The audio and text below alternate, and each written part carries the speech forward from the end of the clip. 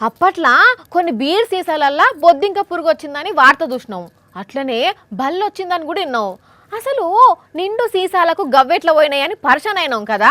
అయితే ఇప్పుడు ఇంకో కాడ నిండు బీరు సీసాల ఏమొచ్చిందో చూస్తే షాక్ అవుతారో సంబరపడతారో మీరే ఈ వార్త చూసి చెప్పాలి. బీర్ దాగి ఇంటికి పోయిన మొగోళ్లను కొందరు భార్యలు వాసనతోని పసిగట్టి పొరక దంచుతున్నారు. పాపం గిట్లయితే వాళ్ళు తృప్తిగా బీర్ ఎట్లా తాగాలి అనుకున్నారో ఏమో గాని గిడో కాడ తాగినాక వాసన రాకుండా ఉండేతందుకు కావచ్చు బీర్లను సోంపు పొట్లం వేసి సీల్ పెట్టిర్రు. మరి ఆ బీరు మొత్తం దాగి ఇక ఆ సోంపు తినాలో మరి ఎట్లనో ఇక వాళ్ళకే తెలవాలి. ఇది వరంగల్ జిల్లా వర్ధన్నపేట మండలం ఇల్లందులో ఉన్న ఓ బరండి షాపులనట. ఇంకో గియ్యన్ననే ఈ సోంపు పొట్లాన్ని చూసి ఇదేందయ్యా ఇది మేమెప్పుడూ చూడలా అనుకుంటా మళ్ళా షాపోళ్ళకే చూయించుండ్రు.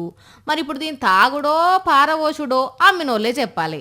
అయినా ఇచ్చినోళ్ళు ఇచ్చిర్రు కానీ ఆ సోంపుకు బదులుగా ఓ 10 రూపాయల మిక్చర్ పొట్లం ఇచ్చినా స్టఫ్కు పనికొచ్చు అని అనుకుంటున్నారు కావచ్చు కొందరు మందుబాబులు.